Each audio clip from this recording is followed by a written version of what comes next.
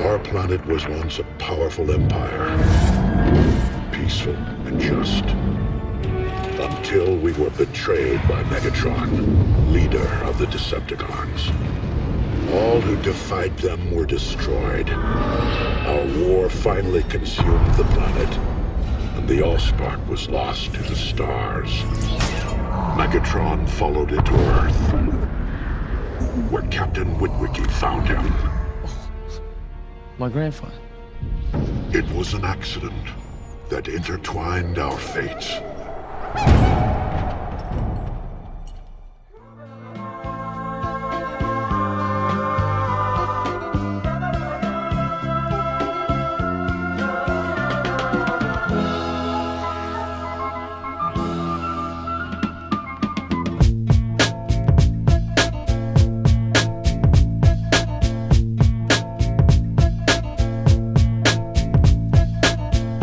Welcome back, everybody, to the Film Bros Podcast. My name is Isaiah Lucas, and I am joined by my co-hosts. Abraham. And Nick. Long time no see. Yeah, that welcome back really felt like a welcome back.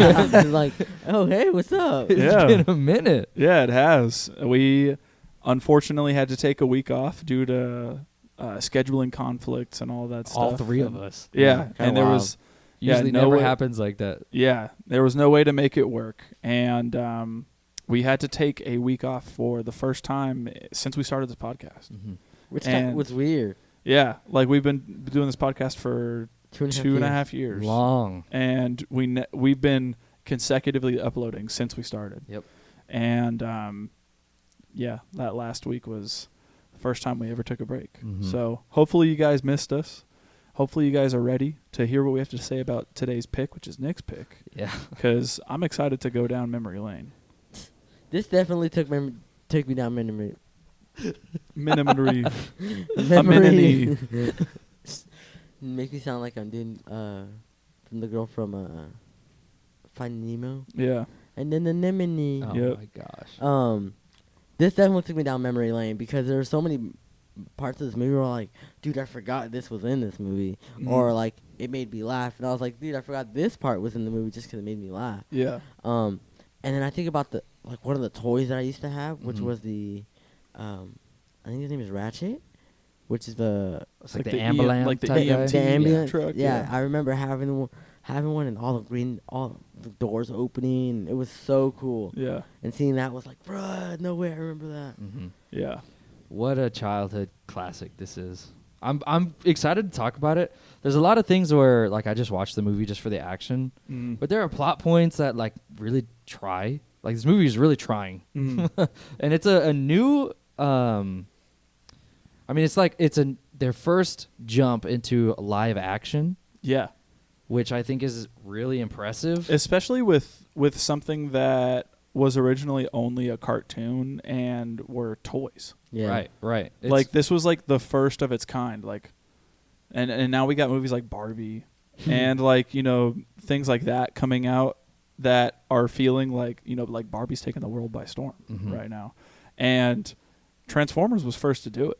Yeah, This crazy movie was first, and I would say for the time, I mean 2007, ambitious. Yes, 'Cause incredibly. When you look at the Transformers, I mean in the comics they're kind of like real blocky and very like monotone color and all that stuff, but it's iconic. But you see them in this movie, it's like every single part is moving. You could follow a piece from the doorknob that transforms into his nipple. It's or like I think of Optimus Prime's smokestacks like on his actual truck. And like eventually they all make it up to like his shoulders and like they poke out right at the top. It Like looks even like sick. his windshields, I think, are like come out to like be like glasses or something like that. It looks so cool, and for it being like a all CGI in 2007, still holds up. Yeah, and I think we were talking. This movie is about like I think we said 15 or 16 years old now. Yeah. Like, and with where we have gotten with CGI now, being able to watch this movie on like today's technology, 4K TVs, 4K streaming and stuff like that, and it's still holding up is really a testament to just how good it was. 16 years. And I think we are going to see it, I think maybe within our lifetime, like maybe when we get older, like 50, 60 maybe, the technology will be good enough to where we can look at that and be like, okay, maybe it's aged a little poorly now, you know. But like it's gonna be that's a while long until time. we get to that point. Hey, Exactly. I'll die on this hill. I might even say there's been a regression throughout the movies of animation style. Oh yeah, Because there's bad CGI still, which I don't understand how well, it's possible. not even that. It's like I would say it's budgeting would be the problem for them. here's the thing. It's like this movie, like I was saying, it's like all the pieces are mechanical and all the pieces are individually moving but still within the system, like all fluid. And it looks sick. And I can't say that for the newer movies. The newer movies, I look at that, I'm like, it all just look, you know what? The deal is Optimus Prime, he has like a proportion. You know what I mean? He takes up this amount of space. Mhm. And when he transforms, it's proportionate to the amount of space he has. Like every piece is used to comprise his body. And whereas when I think of the newer Transformers, I think of like they're transforming and pulling material out of nowhere. You know what I mean? And it feels like they're adding to their transformation, right. And it's or like metal is like stretching. atomizing and shifting around and changing into a different. Oh. It's hard to explain, but I felt that way in Rise of the Beasts, where it just wasn't as impressive the transformations. You know, Okay. it wasn't as like mechanical and really like. I love how It like a wasn't, chess piece will come out and it's like, Yeah. and it like positions itself, Or and like even something as simple as like Optimus Prime's faceplate. right, like it's like Yeah. it feels very Nah, do mechanical. the real noise. Yeah. Going. Optimum Prime. Optimum Prime. You know how often we do that? Yeah, it's So, quite that's often. I think once a day. I come out. Optimum Prime. It's not even the Optimum. You see a semi truck that's blue or red, I'm Yeah. gonna say Optimum Yeah, Prime. always Yeah. very iconic. But it has that mechanical feeling that I think they lose Mm. throughout the movies. Yeah, because I think the last like Transformer movie that I saw, I want to say was with Mark Wahlberg. Yeah, I mine think was he with comes the. in around the third, Mine was Nope. with. fourth. I think mine was the fourth. It's like with the Dino bots. Oh, see, I've never seen even that one. of Extinction. Yeah, and it was like Optimus Prime somehow had a sword now, and he was like What? chopping people in half and stuff. And I was like, "What the heck?" No, actually, I watched Bumblebee, Oh yeah, and that's Bumblebee. like the. Bumblebee was a stinker. Dude. Like, it was bad. That was one where we watched it in the movie theaters. It was like 2 a.m. Yeah, Oh, that I fell asleep. I slept. I didn't watch the I whole. I slept didn't through watch that. it. yeah. I feel bad when I look at people's Transformer lists. Bumblebee surprisingly is like on the top end of it. Mm. I don't know if that's just because the other movies just suck so hard. But the I was last thinking one- about giving it a chance again. Okay. The last one that I saw was with Mark Wahlberg. I'm pretty sure, and if I remember correctly, like it took them like ages to transform. Like it wasn't as quick as it was on this one too. Hmm. I have to rewatch them. I don't Yeah, know. I'm not sure. It was. Yeah. Anyways, This is the movie. we're talking about the 2007 Transformers, directed by none other than Michael Bay. None other. Explosion expert. Yeah, and who was it written by? It was written by Robert Orci and Alex Kurtzman. Okay. Those are the writers for this. And wow, what a great movie. Do I need to synopsize it real quick? Yeah, give us a synopsis, and then I would be curious afterwards to hear your guys' first experience with the film, if you remember. I got mine. It's pretty funny. Okay. I will try to remember as I'm synopsizing. So this movie basically follows the high school kid by the name of Sam Witwicky. Wilkie. Yeah, Will Witwicky. He is a kind of just seemingly average kid with a somewhat cool ancestry with his uncle or his grandpa or whatever Mhm. he is. Great grandfather. Yeah, great grandfather. And he Can I interrupt real Yeah, quick? what's up with great grandfathers? Yeah, what's up with Shia LaBeouf? Yeah, what's up with Shia LaBeouf and great grandfathers always having these like histories? Holes? He did it in Holes, yeah, you know. Stanley Yelnats. Now it's here, right? Yeah. Bruh. I can't believe you brought that up. I noticed that too, and I was like, It's a tried and true plot point. No good pig stealing great grandfather. No good ice mongering. Yeah. Snowman. What else would you say? Location stealing grandfather? Oh yeah, glasses wearing. Yeah. Blind. Yeah. Full ride, grandfather. Anyway, all this kid wants to do is buy a car. Yeah. And what he doesn't realize is the car he buys is a freaking Autobot. Yeah. And he gets thrust into this, war, this war that's been going on forever between the Autobots and the Decepticons. And there's a thing on Earth that had landed here a long time ago that we're all trying to fight for. And it holds a significance to Cybertron. Mm-hmm. And it's all about Sam Witwicky kind of overcoming a lot of his, it's kind of him finding his role, right? Him finding his significance in this battle of ultimate proportions. Yeah. Yeah, and also feeling your size. Yeah. Like, actually being like, man, I thought, being human was having to get a car and a girl, and graduate high school, but I am now in the middle of what seems to be these life and death situations with aliens. Mm-hmm. It's insane because I think one of the points, I think Optimus Prime, I don't want to spoil it already. It's a line. If you haven't seen Transformers, I would be really surprised. Yeah, me too. But go check it out. It's not currently streaming anywhere, so you have to rent it.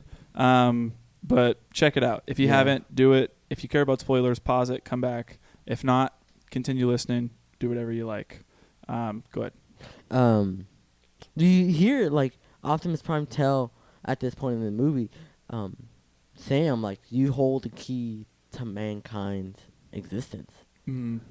And to think a day or two ago you're just a normal kid trying to sell things on eBay. Yeah. And your classmates Yeah. to make that $40 to get that $2,000 to get that car. Yeah, it's kind of crazy. Once you think about it in the whole context, Sam Witwicky is literally the representative for humanity. Yes. He is the sole reason why Optimus is I see good in this race. Yeah. I see courage and goodness here. And it's through Sam. Yeah. He holds so much responsibility. Yeah. And the fact that he's able to convince these Autobots, although they are somewhat altruistic, he's giving them a piece this is why we exist, this is why we matter, this is why you should help us. Yeah. I think it's interesting. Yeah, definitely.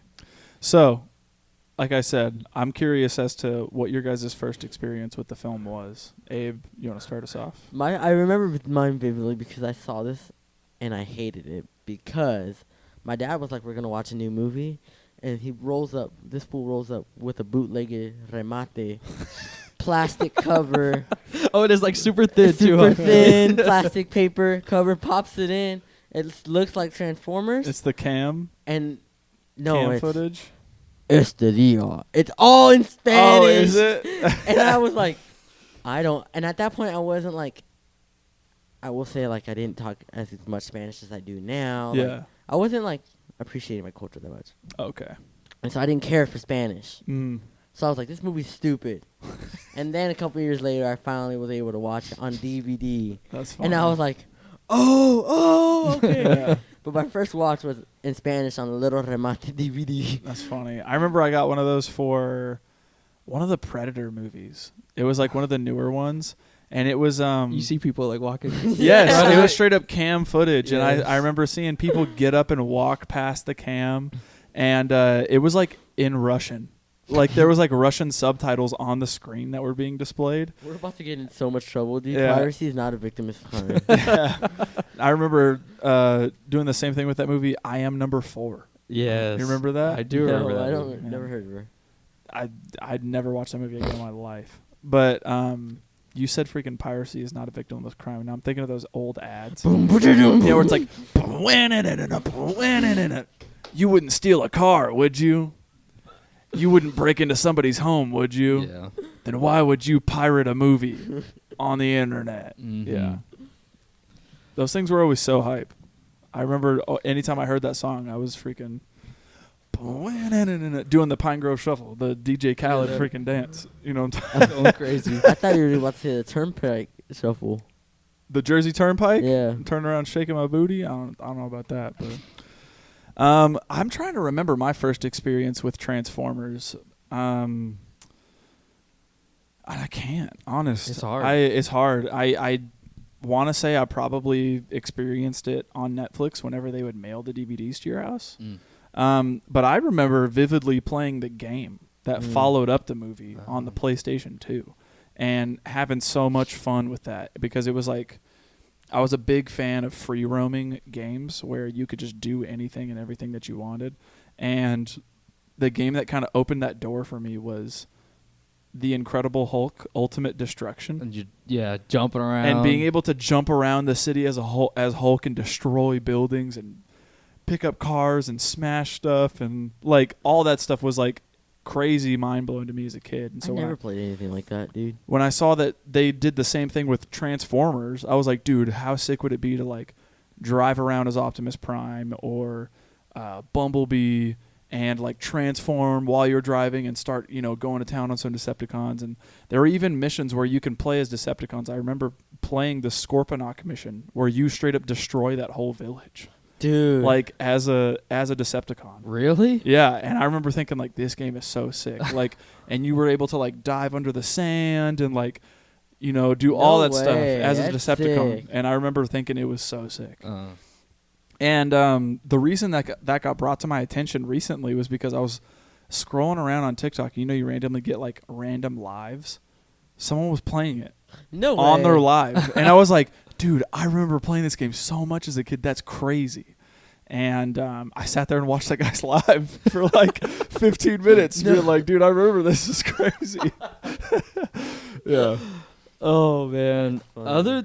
Other than the whole DVD thing for my grandma for Christmas, I think my earliest for some reason I have a like distinct memory of watching this in the drive-in. Okay. I don't know why, but I like especially sitting down today. It just came back to me suddenly where.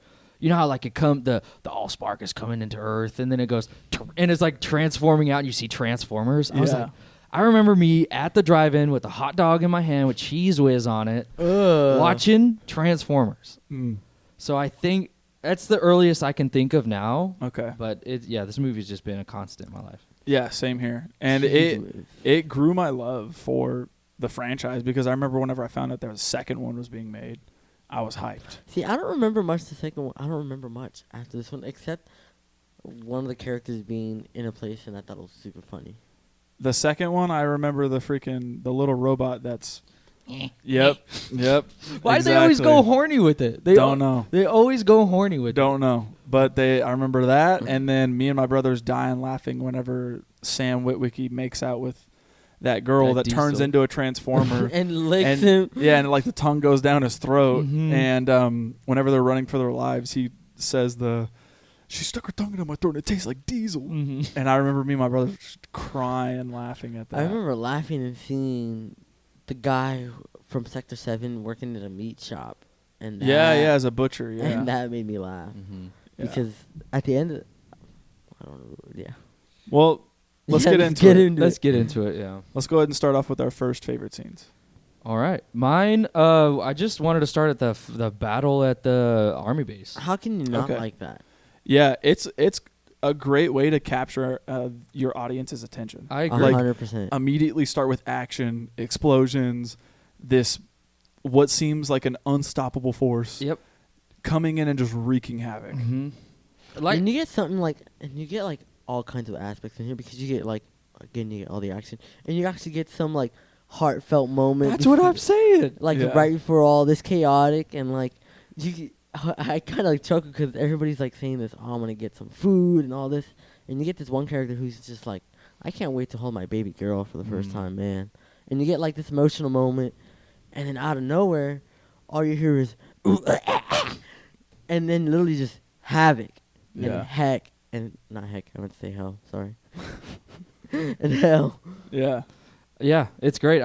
They really try, honestly, because you get introduced to these nobody, army men, and they end up being constants throughout this film. At least two of them. Yeah.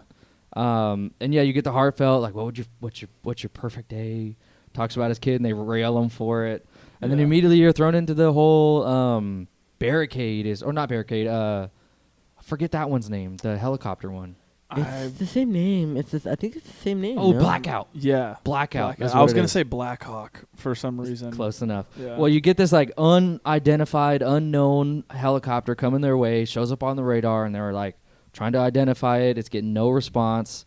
And they're like, okay, we're going to send out people. If you do not respond, we're going to use lethal force. And they lead it away. It lands, and they have their guns there. And then I love that it's like, they're like, step out or we're going to kill you. And then you see the little propellers go, and then they all move back, and I'm like, oh. Like, it looks so sick. Yeah. And then you see it transform, and it's new to them. Yeah. So they're like, what the heck? And they're just shooting. And it is devastating. I forgot how devastating it is. Yeah, it is like decimating the entire base. Dude, one of those like energy pulses vaporizes. Yeah. Kills everybody within like the 500 feet range. It's crazy. I think we even end up hearing that like they're believed that anyone on that base like didn't survive. Mhm. Yeah. There was no survivors.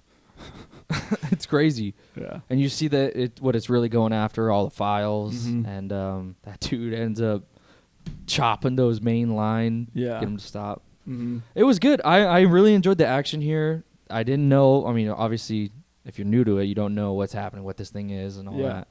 that. And I love too the transition from this massive battle to just a kid in high school doing like a show and tell. Yeah. It automatically brings your attention to this kid, and like, okay, he's gonna be significant. Yeah. He's like, we're in this very dull situation, but how can we go from a massacre to just this one kid? Mm-hmm. He has to have some importance. Right. And this is where we get the levity of it too, where he's like, he's supposed to do a class presentation, show and tell of his great grandpa, great uncle, or whatever.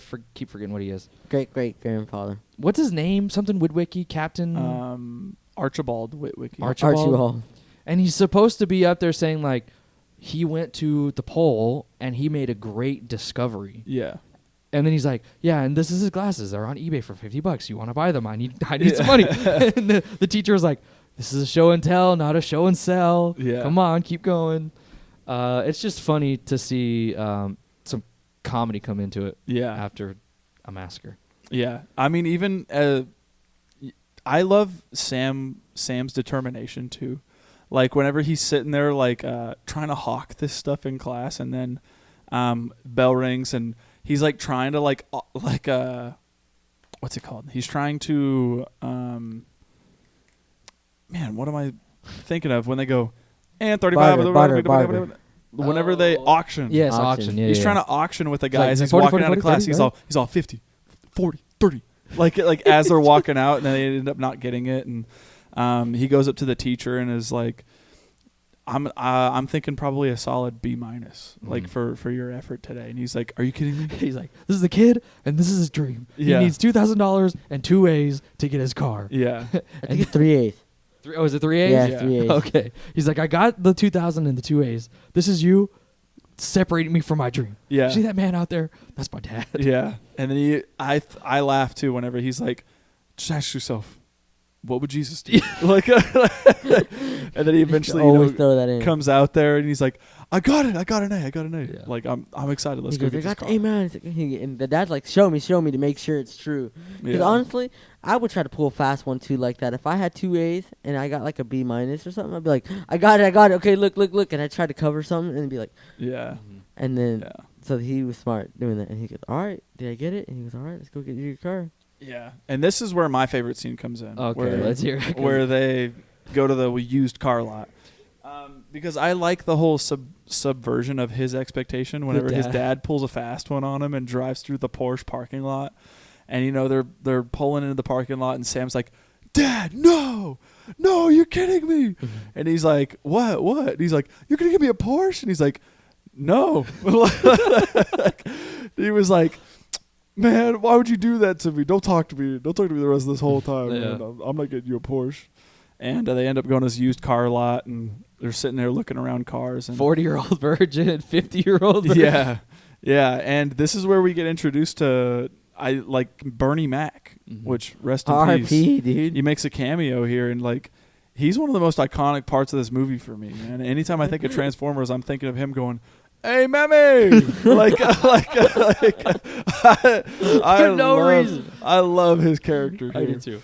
But you know, they go to this used car lot. They're looking for cars, and we end up seeing Bumblebee, who we don't know yet, just a random, you know, rusty Old Camaro kind of comes up onto the lot and just, sitting there waiting.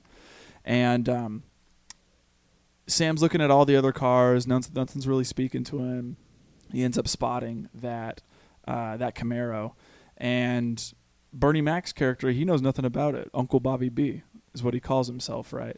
We're And, practically coming here for practically family. Uncle Bobby B anytime. Yeah. And again, his character is great, man. Like the whole interaction with his mammy is hilarious.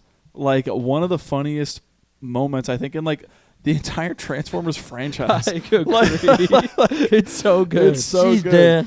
She's sitting there and he goes, calls her out and she flips him off and he goes, "Oh, don't be like that. I had a brick, I'll bust you upside the head." It's so good, dude. Like, he's hilarious. And, they're sitting there looking at this car. He knows nothing about it. He says he's never saw it. And, they're trying to get to a price. And he's originally saying, like, I'll take $5,000 for the car. And he's like, I can't go any more than $4,000. Like, that's kind of what my price is. If that's not it, then, we can look at something else. And Bumblebee is not having it. Chose his driver, man. Yep. And, Bernie Mac has a quote. It's one of my favorite quotes, actually, where he says, the driver doesn't pick the car picks the driver. And like you had said, the car had already picked their driver. And, he's not having it. So he is like, when he's getting out the car, he's slamming the other door is busting open into the Volkswagen and like smashing it into the side of, the little station that it's parked at. And as I start to walk away, those speakers get turned up to 1,000. All the windshields and glass and all the other cars end up busting out. And it's almost like he shot like an EMP wave. Yeah, like a huge shock wave or sound wave gets emitted from Bumblebee, and it ends up breaking all the glass and all this stuff except on him. Yeah. And it scares Bernie Mac's character. He turns around and just goes, 4,000. That's all he says. Yeah, and then he ends up going home with a new used Camaro. car with the Camaro, which is honestly Camaro for $4,000, and honestly, it didn't look half bad. It's got a little bit of rust. It had a little bit of rust. It's custom faded. Yeah, is what he said. Faded. Like it really didn't look bad. Yeah. So I'd be okay with paying that price, I would too. especially for the Put some year work of into it. Yeah. Exactly. But yeah, that whole sequence is iconic to me. Yeah, I love it. My next favorite scene is probably like 10-15 minutes in after that. It's when Bumblebee leaves for the first time and he's gonna send the signal where he's at to the other Transformers. Like the bat signal kind of deal. Yeah, and Shia LaBeouf gets his phone out and starts He's got recording. this little flip Dude, phone. He's and like, it "My makes name me is Sam laugh Wiki." because it's something exactly that I feel like we would all do in this case. Not just me. It's literally just I'm saying what we can. My car literally transformed itself, and he literally just goes. Doesn't look. Yeah. It's so funny, and I just like it because one, you see Bumblebee and how big he is. Yeah. He is massive, dude. He's by like the silo, I want to say, and he's the size of it and a half, I want to say. Yeah, he's they are large. Like Transformers are massive, and seeing that you get to see the aspect of how huge they are between him and Shia LaBeouf, and it's to me I thought that was super cool. Yeah, I laughed too at this part too with the little subtle message that he's like, Mom. He's like, Mom, if you find busty beauties under my bed, it's not mine. I'm holding it for Miles. He's like, actually, that's a lie. You're mine. My uncle gave it to me. Like, he's like, I'm gonna die. I want to tell the truth. Yeah. Yeah. But I liked it because and there was actually a part that we talked about a little bit. I don't know if you guys liked it, but there's like shaky cam on this scene. He's on the bike and there's like a cam connected to one of the tires of the rims of the bike. Yeah, and that part I liked. Yeah, that is a very creative angle. And it's on the ground. You literally see him pedaling and see him fall. Yeah. It's so cool. Yeah, I like that part. That part of the camera style. Yeah. It's like whenever someone's running and they're going. Yeah. Yeah, That makes and it's sense. like it makes it hard to focus. Man. Like there's a scene or like where- when someone's fighting and they're going. Like it's Yeah, it makes it hard to. It does. And You know what I think of prime example of shaky cam is the Taken movies. Yeah. Like anytime there's a fight with Liam Neeson and some guy, shaky cam is going. Dude. Like supposed to make it look like fast. yeah, but it's disorienting. It is. Like, Prime like- example for me, a bad camera shake is The Hunger Games Part 1. It Oh, is- when they're running. dude, Yeah, and it's all freaking. it's making me want to vomit. Whoa. It's Yeah. terrible. Absolutely awful. A little sussy baka there. That I'm was sorry, already yeah. sus right there. And you made a noise too. Walk, walk, walk, walk, walk. This guy. Yeah. This All right. guy. Any other favorite scenes after this moment? I have another one, which is Bumblebee's fight scene with the cop, and I forget his name. Barricade. Yes. Barricade. And this is the part where like we haven't even talked about Megan Fox. No. Who's in this movie. Yeah, Michaela. Mhm. Michaela. Who I feel like this movie was a staple for her because everybody fell in love Oh, with her. yeah. Oh, Easily. Dude, 100%. when every When middle she's- school boy my age, Yeah. who's your celebrity crush? Megan- Megan Fox. Yeah. Dude, Megan Fox. Every Yeah. single kid. Yeah. Yeah. So there's this part where he is getting chased again by the cop. This time he's getting chased by Bumblebee. Mm-hmm. And he's like doesn't want nothing to do with the car. He's scared of this thing. Call Knows it it- like devil, demon, or Demon car. Yeah, Devil demon car. Devil car. Yeah, yeah, yeah. The devil car's back, and because he knows it transforms, he knows it's not of this world. He's done with it. He's like, Yeah. He's like, even like "Frick, going just go." crazy. Like whenever he falls in Dude, front yeah. of Michaela, and he's like, my car stole itself and then brought itself back, and now it's chasing me. Yeah, he's like, I'm the brink. I'm going crazy. And so basically, we see the Decepticon find Bumblebee and starts chasing him. He acts like a cop. So Sam's like, "Oh, thank God! Like a cop. Like my car's chasing me. Like do something about it." And then obviously Sam doesn't know, but it's a Decepticon. And then you see the Decepticon. It's freaking eyes. His eyes. Or come I don't out. know what they are, but they go. Well, it's all the its way up. headlights, but I would say it's its lights. I don't know. Or his eyes come out. And then finally, I think he realizes and goes, "What do you want from me?" And then that's when he transforms and turns into his name. What's his name? Barricade. Barricade. And he was like, Are you username ladies man 217? Where are the glasses? Yeah. and he goes, "I am." Yeah. I remember that part is stuck in my head because I remember when I watched this movie with my mom, they wouldn't put the subtitles on. And so I remember asking, What do they say? what did he say right there? Whenever he says, "Where are the glasses?" My mom said, "Where are the forces?" The And forces? the forces. And I was like, that makes no sense. Where are the forces? like a, Let's talk about Air Force Ones. yeah. Like, The black where eBay. are our forces? like, like the eBay selling them. yeah. And the I was like, forces? that makes no sense. Where are the forces? And it's been stuck in my mind ever since it happened. If you show this to your kids, please tell them that. Yeah. And let them find So out. he's talking about some shoes. He wants to The know black where Air Force One. are my forces. Yeah. Yeah. Trying to do some demon time. Yeah, seriously. Yeah, yeah, I love that this, too. Yeah, this whole sequence is iconic too because They then we go, get on to they go on a chase. yeah, and we get to see the extent that Bumblebee is willing to go to He's- protect Sam. The Guardian. Yeah, get in the car. Yeah, I love that. My next one is when I loved the scene when Bumblebee calls them in and you see they look like asteroids coming in, but you see they're more Autobots. Yeah. And I for no reason at all, I loved watching them like pick their cars Oh, Dude, and okay. see yeah. where they land and pick a car and transform. And Yeah. I have a question, and I don't know why, but for some reason, the one that turns into the Pontiac Jazz. Jazz, I could have sworn it was a different car. It's like a Cadillac dealership that he goes to. Yeah, it's Cadillac. No, on no, the no, top. a completely different car. Like I could have sworn it was a green AMG Mercedes. I don't Green. know. I specifically Maybe remember. maybe you're thinking of a different movie. Pull up the car. It might be a different movie because there is a movie that are like it's a two of them. It's a pink and a green one No. that are they're like battled version, but I'm not sure. But yeah, Jazz. I don't fault you for not remembering Jazz. He's like a very minor Yeah. Autobot, honestly. Yeah. But I don't know. I love this scene of seeing them come in and choose their.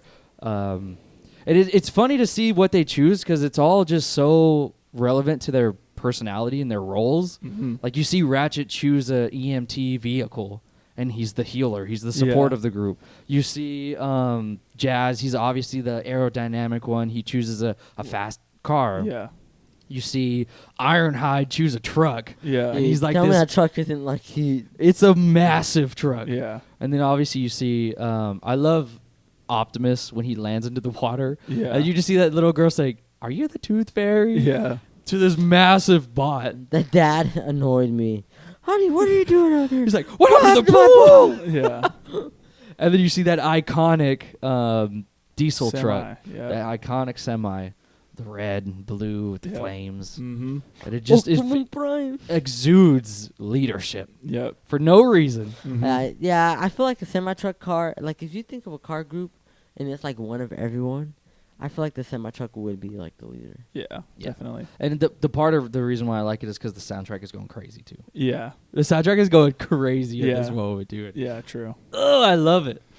What about, because my next favorite scene, I think happens a little bit all before this, is the Scorponok desert scene. Yeah, that was good. That one's insane. The only survivors. Yeah, I love this whole sequence where these guys are fighting for their life in the desert, and they end up going to this village that this little boy ends up taking them to, and like that whole like I love the shot whenever they're running and you see Scorponok behind them, like going. yeah, and it's all and you see slow-mo? Tyrese Gibson just going, like screaming. Dude, Tyrese It's Gibson sick. yelling and like acting like he's in pain and agony is the funniest thing ever. Yeah, that whole sequence is great too. Yeah. Like that's one that it stands out to me in the movie. Like if you tell me, oh man, what are your thoughts about Transformers? I'm thinking about Bernie Mac in that scene, and I'm thinking about this scene. This scene specifically makes me always think about when they're shining the lasers and they're about to blow up Yeah, Scorponok, That's and sick. they request like these type of shots from this big old plane. Somek or something. Sabor. I don't know what it is. Something like shots, I don't But know. like you see this sick shot, and it's this plane like sideways, and you It's see just their going turrets, yeah, and it's just literally it's just silence, and then all you're hearing is that shooting, yeah, which is sick. And I had my TV at like 50, so it was just my TV is not meant for loud, so all you hear is the vibrations. yeah. I also love just the chaos of everything. Like when it first starts, that whole like thing tips over. That like ginger guy with the glasses is Gets like killed. Is like, what is that? And yeah, and he gets wrecked by Scorponok, and his freaking stinger Yeah. just gets impaled and flung. You know what? I could see the director choice to have that guy die too. Like He's dumb. once he died, no, I enjoy it because up to that moment, I figured like no one important to me has been anywhere near death, and we're dealing with alien life forms that have like seemingly unlimited bullets. And I knew, like I have felt up to this moment, there needed to be some kind of break in that, some kind of like, these are a real threat. You could die. Yeah. And then they choose the least developed army guy. But to it die. kinda I was like, worked. okay. It did work. Because Yeah. he dies, and they're like, "Oh, oh crap!" Like he's gonna kill. Like he doesn't care. Yeah. Yeah. And that's when, like you said, they all start running, and that sick shot of them, of Scorpion like just twisting and turning, just. So sick. Yeah. I Yeah. imagine this game because you talked about this in the game. I imagine this being a sick mission. Yeah. I feel like this would be a sick mission. Yeah, I remember it being fun, man. And it's literally like it's got a progress bar to where you have to like destroy all of the town. And That's so cool. it was fun. Like I remember just having fun with it as a kid. destroying the town. Yeah, but I also love just the comedy to action aspect I like ratio it here too. as well, where like they're like, I need a phone, and the Dude, guy's like, here's a cell phone. And he's like, I need to call the Pentagon. And, he starts calling, and it's like a call center. He's like, and he's like, sir, do you have a premium plan or no? Like, Pisses and he's me like, off. I'm in a war zone. Yeah. And then he's like, I don't have a premium plan. I need to get to the Pentagon. And he's like, your attitude is not going to help the situation at all. and he's Like, so like he's just bored. Yeah. It's so funny. Yeah, that whole aspect of it, and then even like need a credit card. yeah, and he's like, I need a credit card, and Tyrese is all left cheek. You know that everything about it is just great. And then eventually, you know, whenever that freaking bomber AC-130 type plane is in the sky, just taking this thing that's one out. of the sickest shots I've ever seen. Yeah, it's so cool. It's fun, man. And I when I'm watching this, I slowly remember like, oh man, I am watching a movie about Transformers. Like this is not like a war movie. This feels like this is like Black Hawk Down almost. Like I'm watching like real events that were happening or something like that, or like 6 Days in Fallujah type things. You know, I think about 13 hours of Benghazi. Yeah, is literally just like this because it is. I think it is directed by Michael Bay. Oh, okay. And that movie's just like insane from like this. It's literally just action end to end. Yeah, but yeah, this whole scene is just iconic to me as well. Oh yeah. Yeah. But yeah, that's about it for me. I got one more favorite scene after that. If you guys got anything else. My next one was just when they find the Allspark, take it, like it transforms down into a small little cube, and then they go into the city and fight against Barricade or against The Decepticons. the Decepticons. Yeah, me too. Just the big fight in the The city. big fight. I get kind of like emotional at the end with the Optimus Prime and Sam. Do Oh, you? at the very end. Like it's just like he goes, "I owe you my life. Yeah. My debt is yours." Yeah. It's just like a big old robot who you think is like an absolute beast is like, "I'ma submit to you like you are my master." Like Yeah. it's just like yeah. To rewind it back, did you guys have the intended emotion of being really sad when they took away Bumblebee? When he was getting hosed or frozen or whatever? I was kind of pissed. No. I was just like, don't do him dirty like Dude. that. He hasn't done nothing to you, and you're treating him like crap. I didn't. put the noises but in where he's him going, yeah, Like he's like a dumb dog. dude. Yeah. Oh my god. They do it on purpose. Yeah. Well, they do it. They of course do it to make you feel bad, but I do kind of feel bad because when It's a guy in his Sector car. Yeah. when the Sector 7 crew come Yeah. and they take them for the first time, that's when I'm like, dude, he hasn't done nothing to you, and he's literally just chilling, and they're just like, what? Yeah. They don't know. They don't know that they're here to protect. Mm-hmm. So they got to take it out. Yeah. And then the ending is so nice when Bumblebee like they fix his voice box and he goes, "Permission to speak," and he goes, I was surprised by that. Yeah, me For too. some reason, I forgot. "I that forgot he spoke." he spoke in this. I wish to stay with the boy. I thought Yeah. the whole I guess we won't talk about it because it's a plot point in a different movie, and I don't want to spoil that. But like, now. I just thought the whole thing about Bumblebee is that he always spoke through the radio, no matter what. They could never fix his box. Yeah. And then I remember in Bumblebee the movie, dude, He speaks through the radio as well. he does, yeah. But Yeah. I think he also gets a voice, a voice if I'm not box. Well, mistaken. because they always say they're just trying to fix it. Yeah. But no, in I the don't know. Bayverse, there's like a plot point. I just thought it was so important that he never talked, and then there's one movie where it's like, it's a literal plot point that he speaks finally. Yeah. Wait. I feel like there is. It's in the movie. It's like when they're chasing I think part it's of in the the cube. last night. I think it's in the last night when Why do I remember that? it's because Optimum Prime gets sent back, and he's got the purple. Because he's like And mind he has wash like or whatever. this stupid cape, doesn't he? I don't know. I can't 'Cause remember. I remember there was a cape now. Oh my gosh. I don't know. I just and remember. now he has a double-edged sword. Doesn't this fool like Darth Maul? I don't know. You know what? I remember I remember now. One of the last ones I remember watching was Optimum Prime mean, having a sword and riding a dinosaur. I don't know. That's the Age of dinosaur. Extinction. Yeah. Because there's like a couple dinosaurs that merge into one big dinosaur. Yeah. And it's like a dragon with 3 Yeah. heads. It looks Yeah. sick. I remember it being such a big plot point. I think I know what you're talking about because there's a point I remember, like the cube gets huge, doesn't it? And like, yeah, because he's like about to sacrifice himself or something like that. I don't know. I just remember B, like, Not talks always, to him. Yeah. with his voice, and it knocks him out of his confusion. And I was like, oh, it's so rewarding. 4 movies he hasn't spoken. Finally. But in this movie, I was like, wait, I forgot. Oh, Totally forgot that he was like, please, sir, can I stay with the boy? yeah. But then I it was kind like, of blows what? my mind that they all stay with the boy.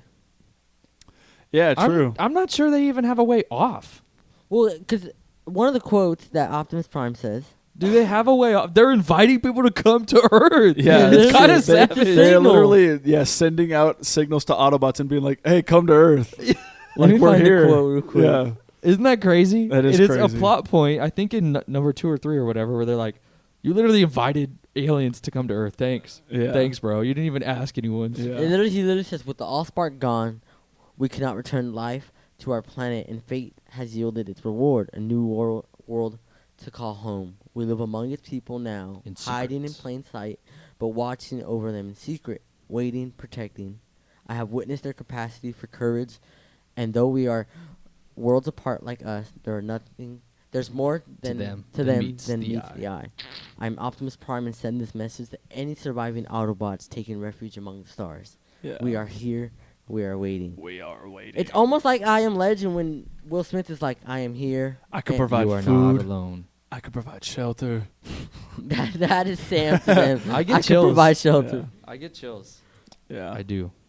Going back to the fight, there's one major part of the fight that I think they want you to remember when this fight Ironhide's fighting, and then he does like that whole cartwheel, and he shoots to propel himself over. And that freaking girl Is is going- there going. Dude, that was one part I always did not like. Oh, really? It's just seeing her going. Like it was cool. Like I don't get me wrong. I love the whole like slow mo of him like diving around But the the shot missiles of and her- stuff. But the shot of her specifically, I was just like, why does she got to be there? Like it would be cool like watching him do the flip, but why does she have to be like smack dab right in the screen? You know? Yeah. I don't know. Or what about the military guys sliding underneath him and going, ah! Yeah, I love that. I thought that was cool. Yeah, I thought that was When a he gets sick on the part. motorcycle? Yeah. Yeah. Yeah. Love it too. Yeah. I also have to say I love the whole like chase between Megatron and Sam. And like just the fear that Sam has to Dude. have. Again, Like, the fear whenever of being chased. Yeah, and like whenever Optimus gives him the cube and is like, you have to go. Our lives depend on it. And he was like, I can't do this. Like, I'm not going to do this. And the guy's like, there's no time for that. You're a soldier now. You need to get to the top of that building and hand off the cube. Yeah. And so, like, you know, he is just on a mission to get there. I And hated this too. yeah, and just him being chased by this freaking huge robot, and it's just tearing through the floors and walls to get to him. Kind of And- taunting him too, huh? Was this in Yeah. the game? I remember the big fight was. I remember I that. feel like that would be a sick scene But too. you're in the game. You never played as a human. It was always Ah, Transformers. okay. Yeah. But yeah, I love this part. Whenever he gets up there, He's and- holding on to the building. Yes, and like one of my favorite quotes is from Megatron, where he gets up to the top and he says, "Is it fear or courage that compels you, fleshling?" And you know, he's just sitting there, just being like, like hanging on for dear life, and you know, eventually he ends up like smashing him. Falling.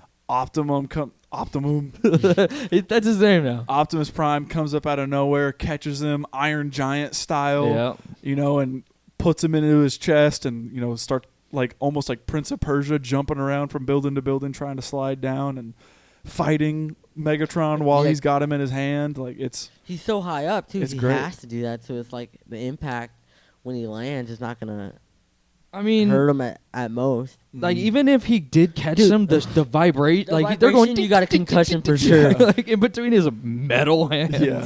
You got a concussion for sure. There's no cushioning there for sure. yeah, A pinball.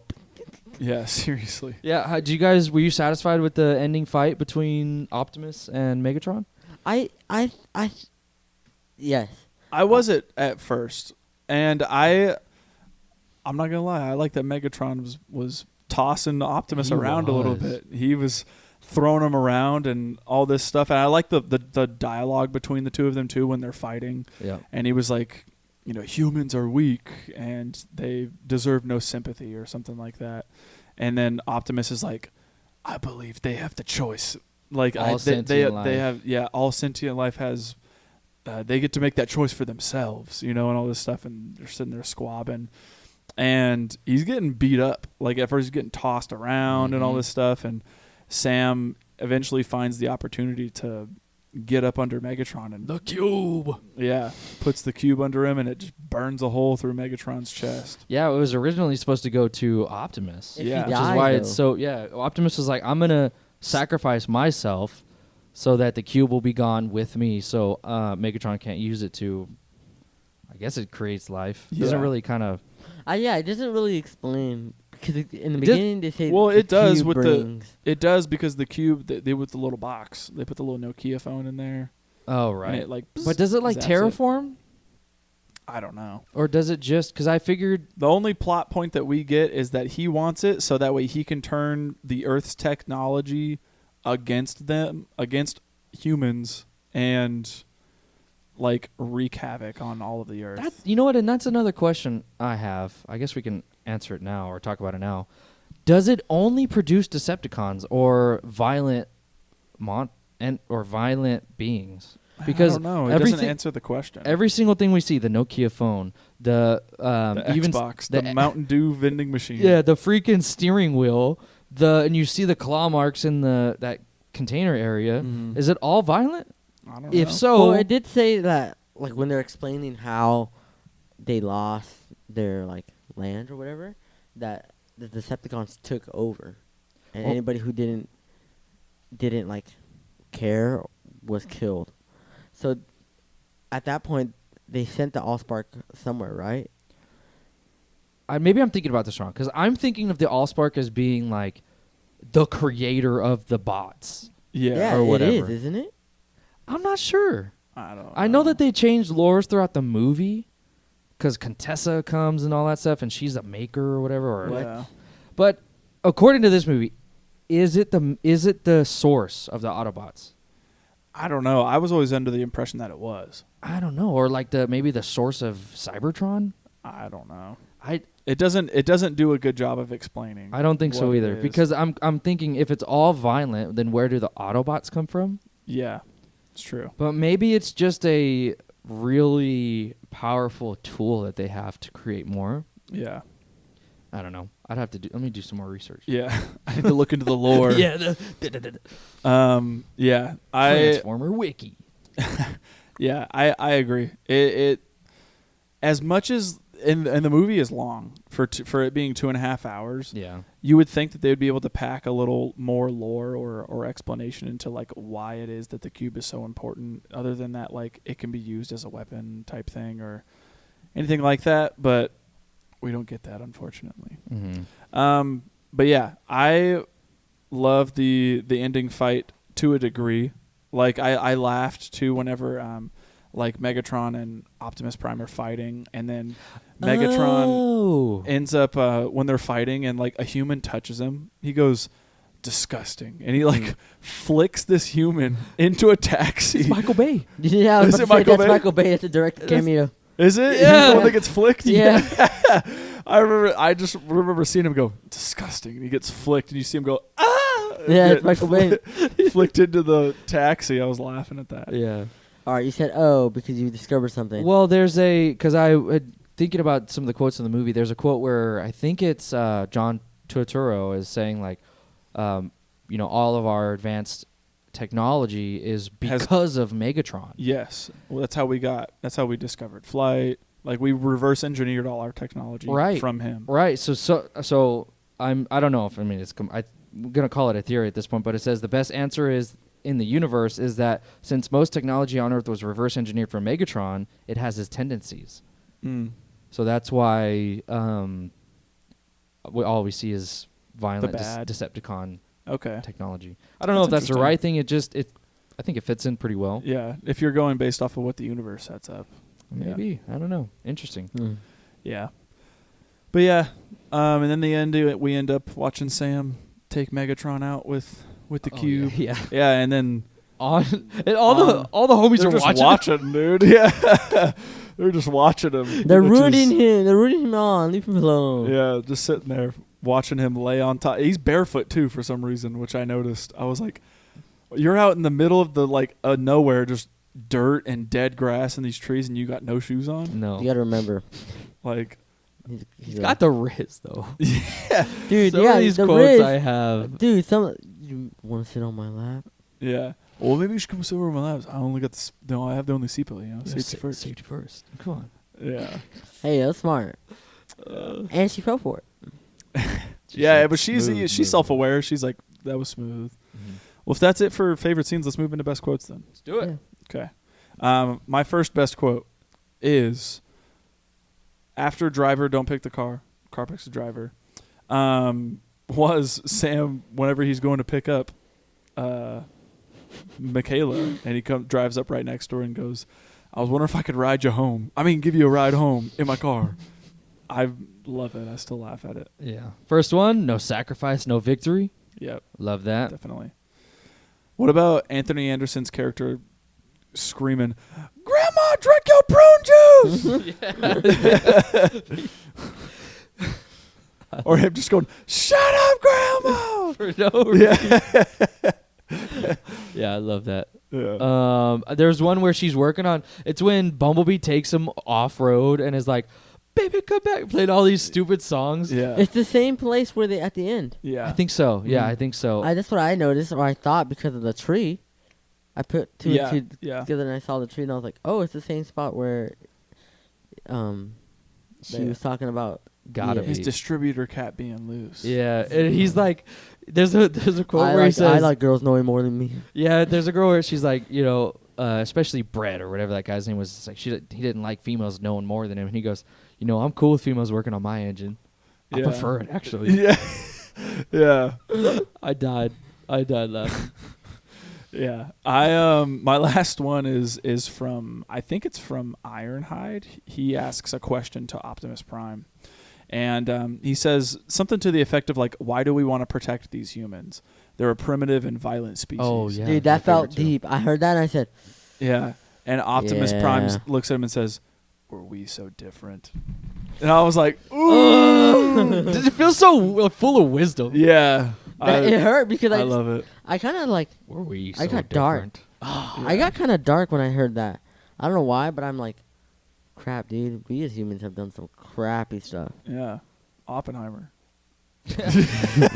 Yeah. Well, it's just, Oh, sorry. You okay? yeah, I'm fine. He just pushed on my heel, not my heel. My We need to invest in a bigger table. Yeah, We seriously. just gotta be stop being so close. Yeah, true. Yeah, I got kind of dark because I was like, man, dude, we are some nasty humans. We are some evil humans. True. Yeah.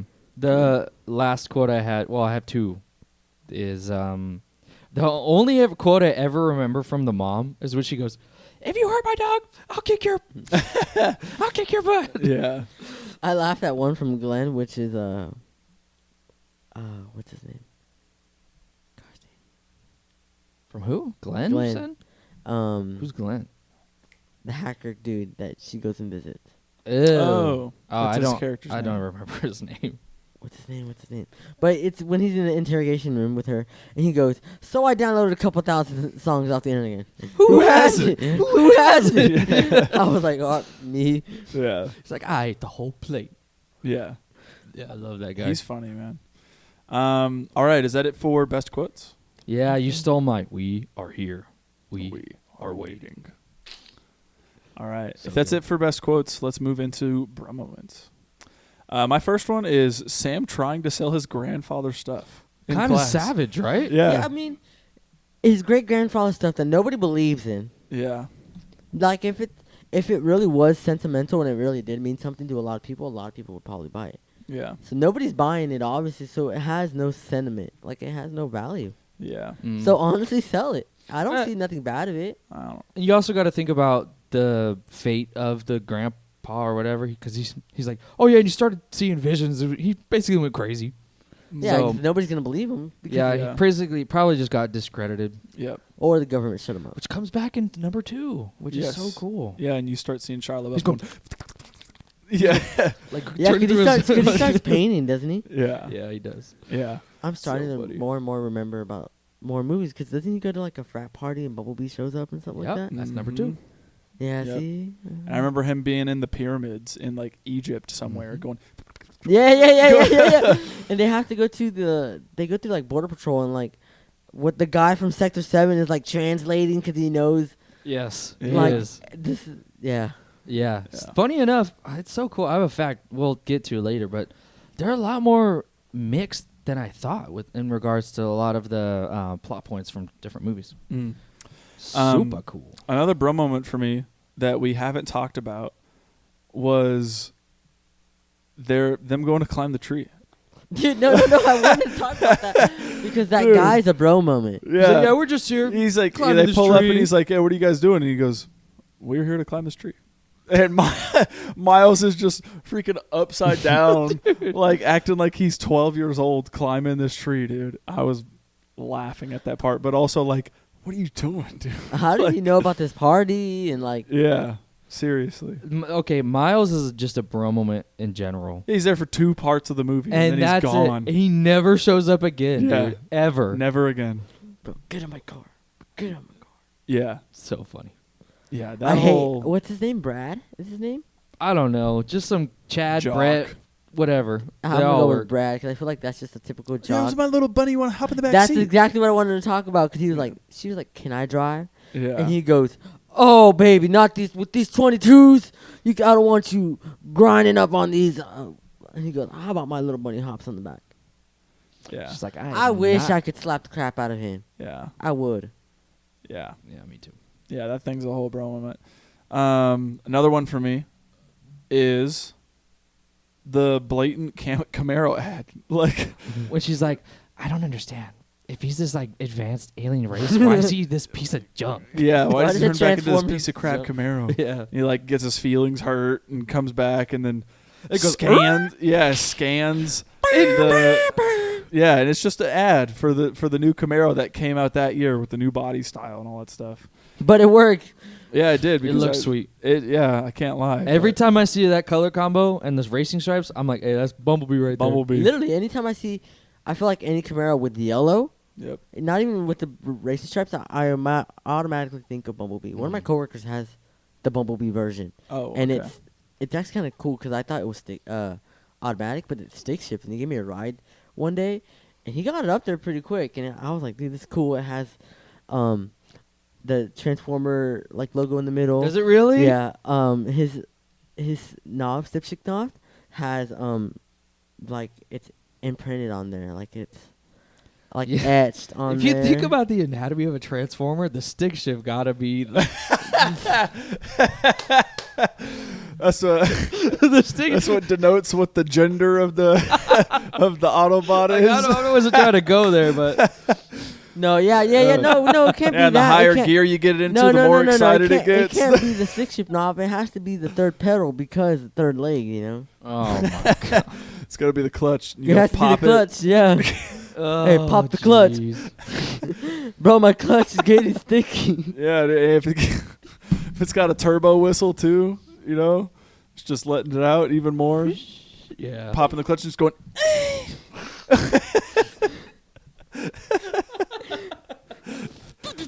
Yeah. oh, that's good. Yeah. Other than that, the last bro moment I have is Bumblebee freaking Peeing on the dude. peeing on John Yeah, Turturro, My last moment. and he goes, "Bumblebee, stop lubricating the man." And then him just going, "Oh, get him to stop, dude." But so funny. One of my favorite moments is Megan Fox like handcuffing all those fools, and Oh, seeing yeah. that guy from Sweet Life and Zack and Cody. What's his name? Oh, the janitor guy. Yeah. Yes, he's like, don't worry, I'm recording it, or Oh yeah. you know, what, He's or like it was so, on like- speaker. He goes, let everybody know. Already told them. Yeah, yeah. Yeah. Speaker. That's just from Sweet Life. Yeah, I'm pretty sure. Isn't his I name, you know what Brian? I knew I recognized him. I don't know his name though.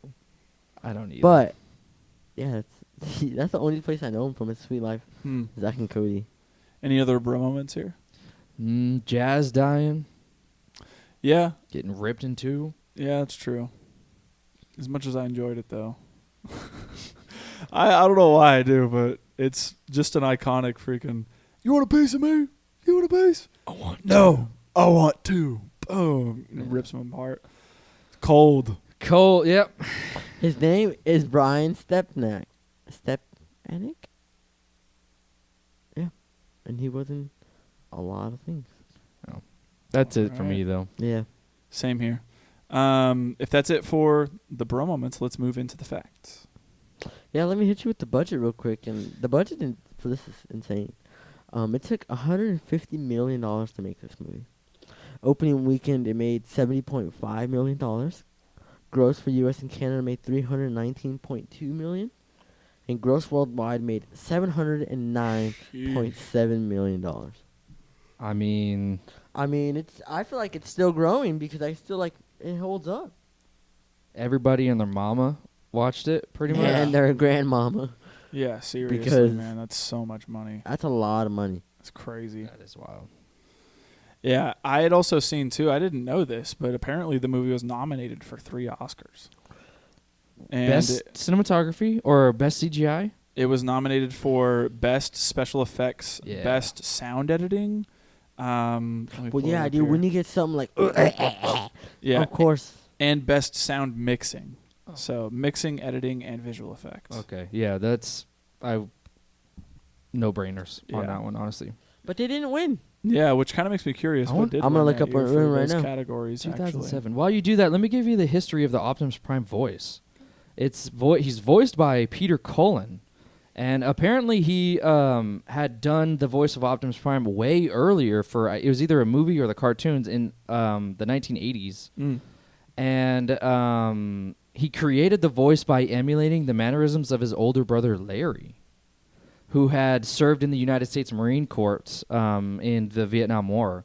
He based his voice off of his calm, controlled, and authoritative approach to serious situations. Interesting. So it's very cool. And then he even goes on to say that reprising his role as Optimus felt like he was slipping into an old pair of shoes that were very comfortable, that he hadn't Oh. worn in a while. Nice. That's wholesome. Yeah. I have a fact actually in regards to the scene whenever Scorponok bursts out of the sand at the heels of the soldiers and they're running. So the way that they actually achieved that effect was by detonating a primer cord under the sand. Oh, no. Yeah. Cool. And the explosions were actually like in close proximity of the actors and was actually incredibly dangerous. And so Michael Bay had told the actors whenever they started filming the scene to keep running no matter what. Like even whenever they stopped filming, just run for your safety because you could potentially get hurt or even die. Oh, really? Yeah. And as a result of them telling them that, apparently whenever they filmed the scene, that look of panic on Tyrese Gibson's face and Josh Duhamel's face is one of like genuine fear. They could have been. Yeah, they could have like legitimately died because of this like primer cord explosion if they weren't running fast enough or anything like that. That's funny. So I have the results here. For sound editing, they're actually movies we all will know. The nominees were The Bourne Ultimatum, Okay. No Country for Old Men, Ratatouille, There Will Be Blood, and Transformers. The Bourne Ultimatum won. For sound mixing, again, the nominees are The Bourne Ultimatum, No Country for Old Men, Ratatouille, 3 to 10 to Yuma, and Transformers. The Bourne Ultimatum won. Wow. For visual effects, there was only 3 nominees, which is The Golden Compass, Pirates of the Caribbean, At World's End, and Transformers. Pirates of the Is that Caribbean. World's End? And The Gold Compass won. Oh, Gold wow. Compass. The Isn't Golden that- Compass, won. Golden Compass. That's like that polar bear movie, right? Yeah, it's Yeah. that polar bear movie. Yeah. Wow. But that's what it went up against, which Wow. I've never seen The Bourne Ultimatum, so The Bourne movies are great. You know what? They got a hold on whenever they're coming out. Like, Well, it's like kind of like how would you? It was kind of like Mission Impossible's, really. Yeah. Like Kinda. yeah, Same- because you same get like, vibe. But it, Jesus but Christ, it's but it just- starts out like the first one, It's pretty good. yeah, being like, I don't know who I am. Yeah. I need to find out. And And he's like this finding out ultimate he's this machine. freaking super soldier, like it's sick, It you is know. And the more that they go on, you're kind of like, okay, this is kind of getting a little a little silly, but but the first one is awesome. Like I remember loving the first two as a kid. Yeah. Another fact here in regards to the scene whenever Megatron corners Sam on that white building. Oh. So I found out that, whenever we see Sam like clinging onto that statue, Shia LaBeouf actually did that stunt himself. Oh shoot. And apparently he only had a safety harness on, and there was no net to actually catch him. So he was like actually up there with just the safety harness, hugging the statue. So apparently he was actually really terrified when he was up there and was like, I'm not going to move because there's no safety net to catch me. And if this harness breaks, like I'm done for. That makes sense. Yeah. One that I thought that was pretty interesting was Michael Bay wanted Steve Buscemi to play Agent Simmons, but Buscemi was unavailable due to shooting other films. And Buscemi actually appears in The Last Night Transformers in 2017. But imagine Steve Buscemi. I think he could have done it. I think he so? would have. Yeah, and I think he would have killed it. But I love John Turturro in the role that he plays as well. Me too. Like, he's one of my favorite parts of the movie. Is I his think character. of Steve Buscemi, and I just think of a skinny guy, and John Turturro kills it as this guy because he's like intimidating. He's intimidating, but he's also not. Like, No, you he's know, not. Yeah, he's not. Like he has authority, but he's also got like the like. Like it's like mall cop energy. Yeah, where yeah, it's yeah, like yeah. I can tell you what to do, and it's like you don't have no real authority. It gives me like a Borat energy. Yeah, Like, you know what I'm saying? Yeah. Like, isn't Borat supposed to be like he's so strong and powerful or whatever? Or is that who? No, I think you're thinking of The Dictator. No. Am I? Isn't that John Turturro? No, that's Sacha Baron Cohen. Oh wow. Okay, don't listen to me.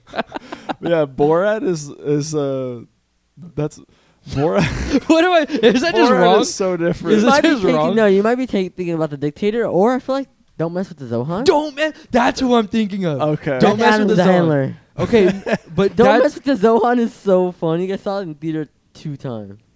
that's who I'm thinking of. Don't mess with Zohan. He's like powerful, but he's like- also a comedic kind of style. Kinda, Yes. yeah, Okay. Yes, that's Adam Sandler. Gosh, that my brain is yeah. Borat is different. Borat's different.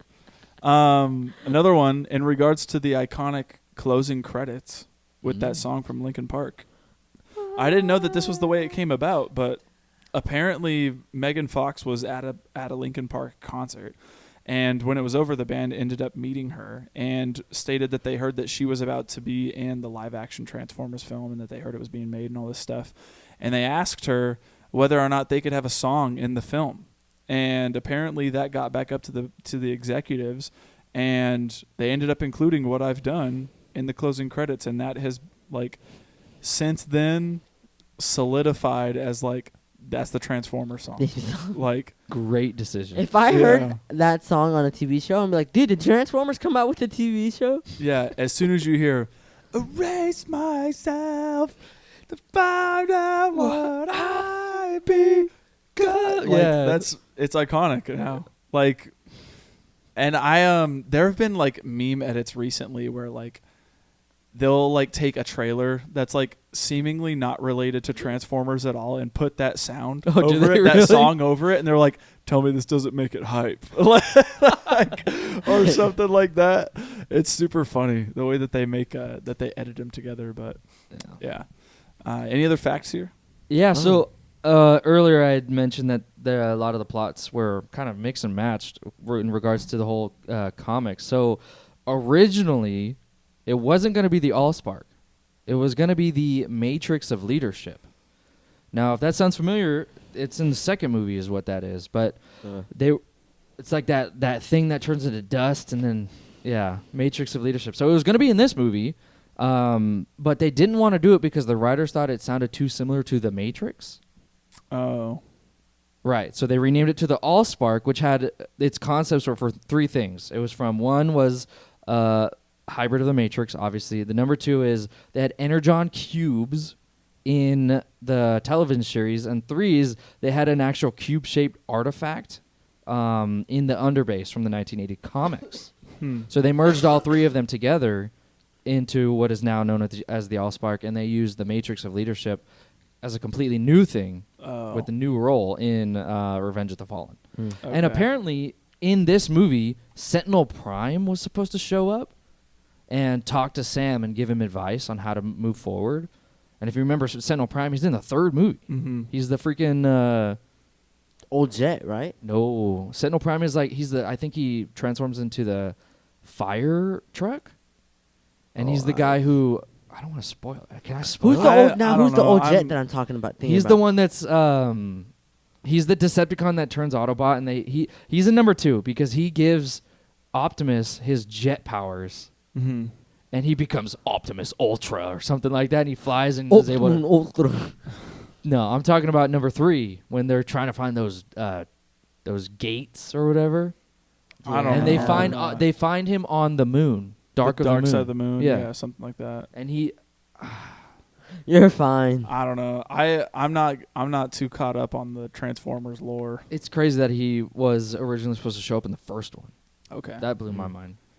One Interesting. thing that I have down was this was actually the final film role for Bernie Mac. Was it? Yeah. Wow. So he left on a good note. He left on a funny. Yeah, seriously. Love that. Yeah. I mean, it kind of shows like his personality. He was always funny. Mm-hmm. He's always had a heart for the people too.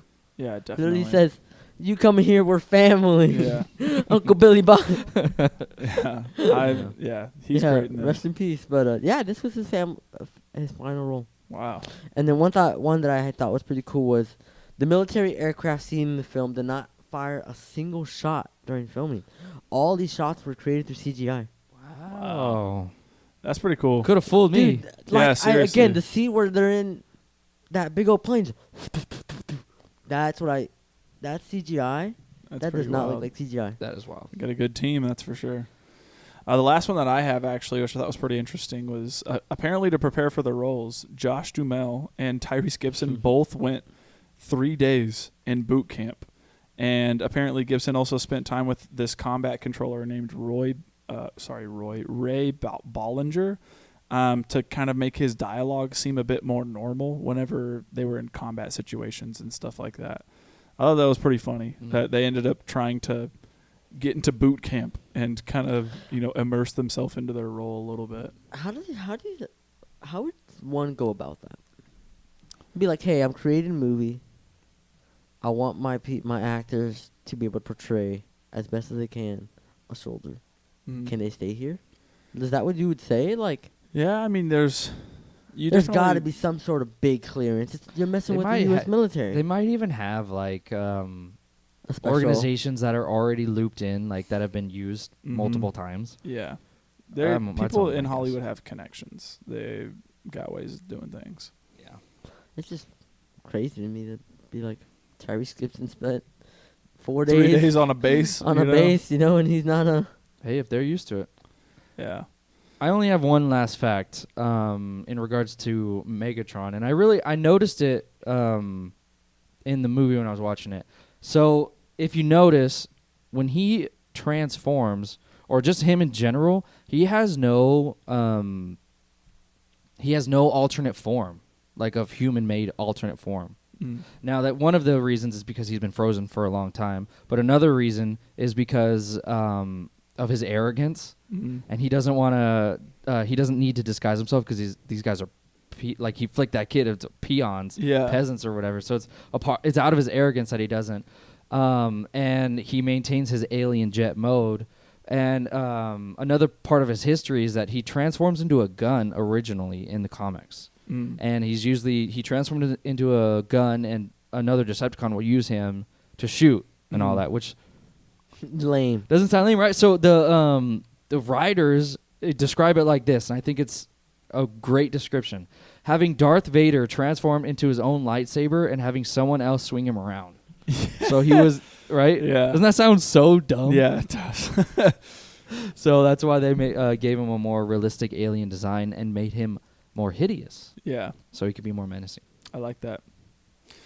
All right. If that's it for the facts, let's move into what didn't work for this movie. One thing for me was I thought this movie was kind of long.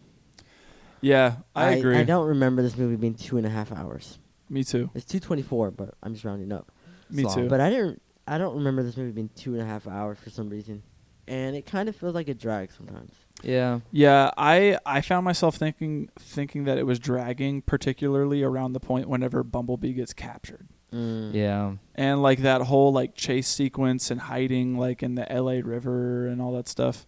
I found myself being like, Speed it up. man, how much longer is this? And then I realized like I'm only halfway through the movie. Yeah. That's It blows blows my mind. And it's about like an hour 30 in right Mhm. there. Like, and that's when we first get introduced to Optimus Prime. It's like half into the movie. yeah, you're like 40 or 50 minutes into the movie and Which you is start crazy. recognizing, oh, there's other Autobots. Yeah. Like all this other stuff.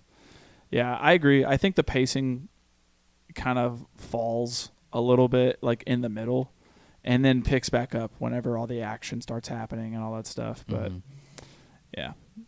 Yeah. I don't know. I was gonna say some of the writing. I think while it's charming to me, I think might be a little sloppy to a lot of others. You know, he's always really bumbling around his words, and I'm talking about Sam, and just a lot of nothing really blows me away with the writing here. I don't know. Yeah.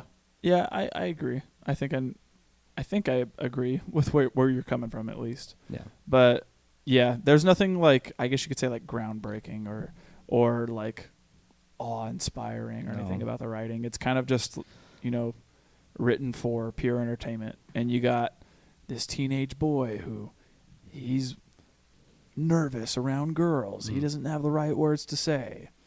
He, you know, says, there's more to you than meets the eye. And Yeah. then says, that was stupid. I thought that was a good quote. You know, all that stuff. Bro, I would Right. say that to someone. Yeah. Another thing for me, I kind of already talked about the shaky cam a little bit. Not a big fan of some of it in certain aspects. It kind of makes it hard to pay attention. Also, this last one, I have a question. Why does this Australian girl work for the American government? I feel like she's like some intern for a college. Because they say this is like the best of the best people who can like hack and stuff. So I'm assuming. But like, would they really let like a non-citizen work on into- something. work in the American government on such like a top secret level? That makes sense. I get you there. Like, and there's no hiding her accent. Like, she was like, it's very heavy. Yeah. You know, I don't know. I'm just not a fan of Australian their accent. just their characters in general. Like, I Yeah. feel like they don't They're really kinda serve a lame. purpose other than just being like, Oh, we found someone and they're hacking us right now. yeah, that's really it. You know. They're the least engaging, the least interesting characters. Yeah, and for like, sure. and then like they serve no purpose once they get to Sector 7. Yeah. Like after that, then it's like, okay, yeah, forget about them. Like now we're just gonna focus on the fighting. Yeah. And then they never talk to again about it again. Like I don't know. Yeah. Last thing for me, I just wanted more from the action a little bit. Like I wanted the fight scenes just to be a little longer. I think they resolved themselves kind of quickly, which was, I guess it makes sense because it's probably very expensive. Yeah. I don't know, I just wanted a little bit more fighting. Yeah, I get you. Anything else for what doesn't work? I wish we had more of Autobots. Does that make sense? I wish I got to see more of Ratchet. Ratchet's hardly Rat- in. Yeah, I think specifically just because he was my favorite growing up. But I wish we got more of each. Like, how did he become to be an ambulance or the person who's the healer, whatever, the medic? Mhm. How did Optimus Prime become to be the leader? How did Bumblebee become to be? He wants lore. Mhm. I want to, but I feel like I've seen it now talking about the other Transformers. Like, there's none of that. Yeah. Yeah. There's no, Unfortunately. because they're a group. They know each other, and yet And they're so fluid. yeah. They're But a there's nothing really to well-oiled connect them. machine. Maybe it's relying on your knowledge of the comics or the knowledge of the show. Cartoon, yeah. But I've never imagine- watched it, so I don't know. Yeah, but Yeah. imagine like someone be like, I want to go watch a movie. Oh, Transformers looks great, and not Yeah. knowing anything. Yeah, kind of Yeah. bare bones it It's true. together. So that's something that I would like. There's Okay. a lot of characters for us to care about, Yeah. so I Yeah, understand. and they make you care about them. Yeah, I which can is care what less did about- work. Yeah. And they make you care about some characters in some ways. Yeah. Like I'm thinking of like a character like Jazz, who is like severely underwritten, and like whenever he dies, and they're like, "Oh, Jazz," like I'm like, I don't care. Like he said like 3 words in the movie, and it's just what's cracking, little B word. Yeah. You know, like that's it. And like other than that, I'm just supposed to care like, oh man, they got him, he died. You know, like there was no build up of his character or anything like that. But yeah, we can go ahead and hit on what does work for this movie though. Yeah. Do you want to finish your thought about some of the characters and their development? Oh, I just was gonna say, as far as what I'll say is, I think they did a decent job at balancing human responsibility in a very out of this world war. It's a big problem they have where they focus so heavily on the humans. And the humans are, I'm just going to be honest, the most boring part of a Transformer movie. Yeah. I am so There's interested. no point for humans. I'm so interested in the Transformers, their lore, where they come from, their economy, their society, all of this awesome stuff. Why are these ones altruistic? Why are the Decepticons the way they are? That's what I love. That's why I come to a Transformers movie. And I think, especially in the more later ones, they lose their way. Humans are way too significant, way too prominent in the movies. But I think this one did a very good job at balancing the importance of Sam Witwicky and the comedy / role that the military plays, and even the Secretary of Defense. Yeah, well, and it goes to show that like humans also serve a function. They have a purpose in the fight as well. Yes. And it's not just solely about them. No. Well, yeah. It's, you know, they're helping alongside the Autobots as well as the Autobots helping them. Yes. Well, yeah, and I feel like it's because, one, the Autobots are in a foreign territory, but that territory is the humans. So the humans are helping the Autobots because they know their territory. Yeah. If that makes sense. Yeah. I just think it's balanced. Yeah. I don't think there's too much human. There's such a heavy emphasis on one human, even though it's Sam, but it's like, it just felt balanced to me. And maybe that's because of the I mean, honestly, pretty good character writing for Sam. I think he's very likable. I think he's charming. Yeah. I love Shia LaBeouf. Yeah, I think Fit perfect for Sam Witwicky. Yeah. Megan Fox did her job.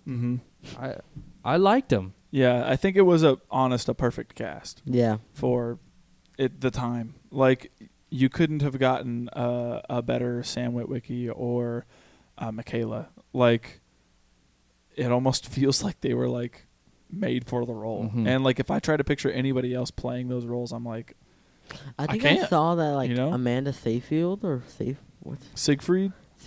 tried to go for this role or something like that too. See, even her, I'm like, nah, Megan Fox, dude. Megan Fox kills it. She could be the only one to do it, man. And this like launched her whole career too, which is crazy. Yeah, because then her and Jennifer's Body. Oh yeah, I remember. Yep, I remember middle school talking about that as well. Jennifer's Body is amazing. Yeah, it is a good movie. Regardless, I do enjoy it too. We've already talked about the CGI aging surprisingly well. Holds up to me. I think it holds up as well, and it's crazy that we're 16 years past the release of this movie and it still looks great, which is awesome. I love John Turturro in this. Like, he is great, and I maybe I just like him. Like, he's just a great actor, and I love everything he's in. Everything with like the Coen brothers, and I'm thinking like the Batman, and just all these movies as well. I just always enjoy his character. Yeah, like I always enjoy him and his character. Watch Severance. Yeah, he's great, man, and I really like him here. Like, he's funny, and a lot of people don't for some reason. Like, I was reading a lot of reviews on IMDb talking about like, the Sector 7 guy is ridiculous, I hate him. And I'm like, he's great. I think he's funny. Like, so yeah, love to John Turturro. He's great. But other than that, I think the movie is just, it doesn't try to be anything more than what it is, which is just pure entertainment. Yeah. Like, it sets out to be an entertaining movie, and by the end of it, you walk out entertained. Like it sets out to do its job and it does it thoroughly. And you know, it doesn't try to get philosophical on you or to push a bigger message or narrative or anything like that. It's just, let's watch these robots destroy some stuff and fight each other and see big explosions. and you walk out and you're like, I saw all of that. That was great. That was awesome. You know, and it's just a fun time. Yeah, So. I definitely agree. Last thing I'll say, the soundtrack. Oh yeah, Soundtrack, phenomenal. I have these songs. They're just I'm just inspired when I hear them, or I'm like encouraged for no reason. It's Steve Jablonsky that did the score, right? Yes. Yeah. I believe he said like Hans Zimmer worked with him too, right? Yeah, he had Hans Zimmer come and assist with a couple of things on the score. Or like I'm thinking of Arrival to Earth, and I'm thinking of, what is it called, Autobot, the one you played, Autobots. Yeah, those two are great, and the different arrangements they go through, whether it's sad or slow or Why is it that like every time we watch a movie and there's like a soundtrack and there's something with like a foreign object arriving to Earth, that has to be one of the best songs ever. Because one, I think about Arrival, and there's a song called Arrival, and that song slaps. Wait, oh my the god! movie Arrival? Yeah. Okay. it's the people. Yeah. I like. It's the producers, man. The Yeah. producers do good. Yeah. All right. Yeah. Is that it for what does work? Cool. Okay. Yes. Who wins this movie? Ooh. I picked Shia LaBeouf. Me too. Yeah. I think I it- pick Shia. There's no way Yeah. you could choose any other. Same here. Any themes here? There's more than meets the eye. With humans? And Autobots? I don't know. Don't judge a book By its cover. Yeah. by its True. lubricant. Yeah. I don't By know. its auto style. Yeah, I don't know. By its. I don't know if there's a deeper message with Yeah, I don't know. I think this With is fully Transformers. a entertainment film. Just yeah. Just something to put on. It's a and- summer blockbuster. Yeah. You know, one of those things that's going to get people in the seats yeah. and generate revenue. Yeah. Yeah, I feel like. It's got to be something said about how courage and human achievement, Yeah. overcoming the odds. Overcoming fear. Yeah. Yeah. How humans and aliens can work. Yeah. Things like Aliens that. are real. Yeah.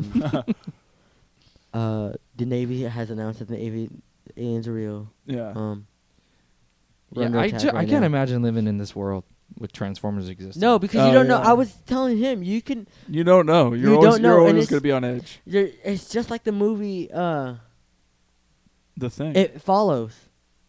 Oh yeah, it follows. You don't know what's a Decepticon or an Autobot because anything can turn into anything. I was thinking the thing. That's why you just have to live the most boring, average life, and then why You'll be would good. they You want? gotta live Why like would a that. Decepticon want to mess with you? You gotta live like that TV show Extreme Cheapskate. Yeah. Yeah, they're gonna be like, whatever. This guy What? lives He in saves Kansas. paper plates? Like, I'm- He washes paper plates. What the heck am I gonna do with this guy? yeah. Wash his There's a guy who does that on there. That's dirty. Yeah. I'm just saying, he's an extreme cheapskate. Or he Yeah. recycles his shower water to flush his toilet. Yeah. That's dirty. Yeah. All right. Only eats samples at restaurants and then leaves. Yeah. Seriously. Costco's hate him. What are we rating this? I'm giving this one a 7. Okay. I gave this one a 6. I gave it a 6 as well. Yeah, that's about right. Yeah. If you haven't watched it, I feel like everyone has watched Mm. Transformers, but if you haven't watched it, I would recommend it, but I wouldn't tell you to expect high of it, you know? Yeah. Um, You're just you're gonna get what you're gonna get. Yeah. You know. I mean, for all I know, you might think it's a 10. Who knows? Yeah. Yeah. Ooh, good one. Yeah. So that's it for the episode, you guys. So if you stuck all the way to the end, we appreciate you. If you're watching on YouTube, leave us a like, comment on the video, and subscribe to the channel, and also hit the bell notification as well, so that way you're notified whenever uploads happen. If you are listening on the audio platforms, go ahead and subscribe to the channel there as well, and download the episodes. Let us know what you're thinking through a rate and review. It really helps us out and lets us know what you guys are thinking. If you don't want to do that on such a public platform, you can click into our episode descriptions and find our other methods of contact, whether that be our Instagram, our email, or our our Letterboxd accounts. So if you guys want to reach out to this there, or take a look and see what we're doing on those platforms as well, you can find those there. I gotta update my Letterboxd. I'm gonna be honest. I'm slacking on my Letterboxd. Yeah. I have to say, I am consistent in every film that we do. I make sure I go in and rate it. Really? Yeah, So, and I will say I do realize that because I have post notification on for YouTube on Letterboxd, and Mine's going off.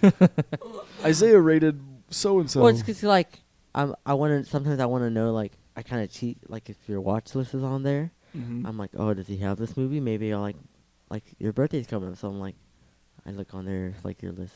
Oh, okay. So that's why I have your notifications on for that reason too. Okay. yeah. I need to. But I think the last film like I updated on there was like The Sound of Music, just because I watched it for fun. Yeah, I do stay pretty consistent on Letterboxd, and just making sure that if anyone ever tells me, oh, what did you rate this movie, or what'd you think about this, I can pull it up and be like, I rated it this many stars or something like that on Letterboxd. So The And star system to me, it's always so intimidating because you think of like a 2.5 out of 5. You think, oh, that sucks. but it's on a 5-star scale. yeah, it's you have a very limited range. Yeah, exactly. So I'm always like, am I gonna give this one a 3? Yeah. That just sounds so bad. Yeah, I get you. Yeah. All right. Well, again, that's the end of the episode, you guys. So we appreciate you. As always, we're going to reveal the next pick for next week, which is Abe's pick. Yeah, and I'm gonna pick a movie that I haven't watched and I've been wanting to watch because I always see like stills from it on Instagram page that I follow, thanks to you, and I always see it like I've seen it a lot on Netflix, but it's not on Netflix anymore, unfortunately. But it's actually the movie called War Dogs with It's with Jonah Hill and Miles Teller. Yeah. Miles Teller. Directed by Todd Phillips. Yeah. Yeah, this was a movie that I wanted to watch when it came out, but I just never got around to. Yeah, So I it's never gonna got be around. It's going to be my first time as well. Yeah, me as well. I So never it's the heard first of this. for all of us. Yeah, I remember Those- seeing the these are always trailers. fun. I remember seeing the trailers for it and wanting to check it out. I know it's about like arms dealing Yeah. and like selling weapons to people in Afghanistan, if I'm not mistaken. So I'm excited to see what it's about and to finally check it off my list because it's been one that I've been aware of. But Isn't just this based on a true story? yeah, It says loosely based on a true story on the IMDb little So, quote like, or whatever. I mean, it's not 100%, but there will be parts in this movie that are true to day things that happened. yeah. So I'm kind of excited. So, yeah, it's currently streaming for free on YouTube. And Hulu. I checked Hulu. It's on Hulu. Yes, and Hulu. So if you have Hulu, check it out there. Or if you want to watch it free on YouTube, you can pull it up there as well. But check it out and then tune in next week to hear what we have to say about War Dogs. Yeah. As always, this has been the Film Bros Podcast. Thank you and good night. Good night. Good night.